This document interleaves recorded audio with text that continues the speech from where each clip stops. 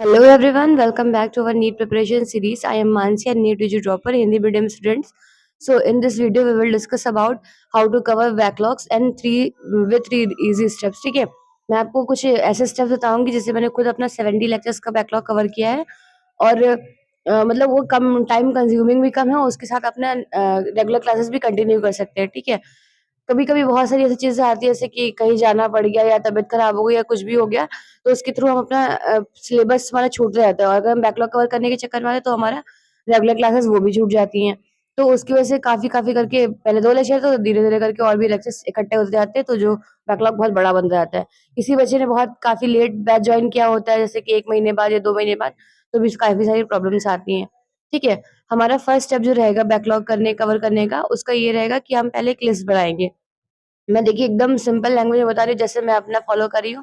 हो सकता है ये सारी चीज़ें कहीं इंस्टा कहीं किसी ने सुन रखी हो, तो थोड़ी-सी मतलब ठीक है चलो बताते हैं।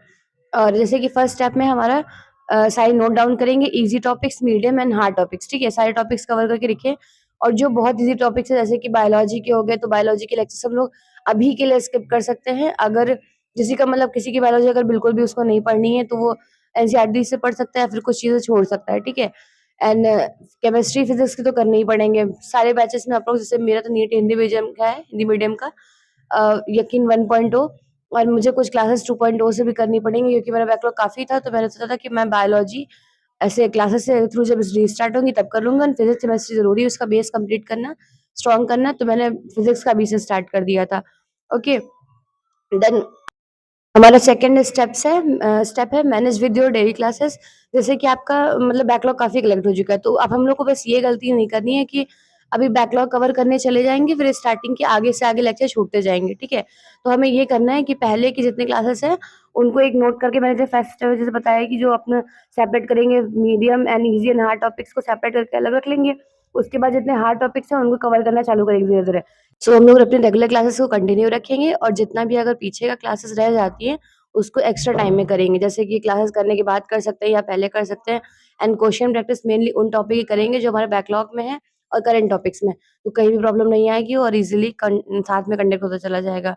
और थर्ड स्टेप में ये कर सकते हैं मतलब ये स्टेप्स ऐसे ही है कि आप इनमें से 3 में से 2 भी फॉलो करेंगे तो आपका ईज़िली बैकलॉग जल्दी-जल्दी कवर होने लगेगा। एंड सैटरडे, संडे को हम लोग को मोस्टली क्लासेस नहीं होती हैं अभी यकीन 1.0 बैच में। तो आप वहाँ से भी कवर कर सकते हैं। यानी कि सैटरडे, संडे को सिर्फ बैकलॉग डे बनाइए।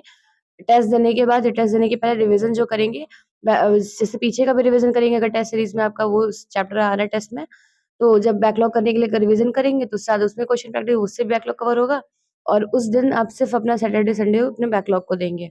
ओके? तो ये मतलब कुछ ईज़ी स्टेप्स हैं, मुझे शायद बोलना भी नहीं आ रहा है बहुत अजीब तरीके से बट प्लीज़ अगर आपको वीडियो अच्छी लगती है तो वीडियो लाइक करिएगा, चैनल को सब्सक्राइब करिएगा और ऐसी भी कोई इन्फॉर्मेशन चाहिए आप मुझे कमेंट सेक्शन में बता सकते हैं। Thank you so much.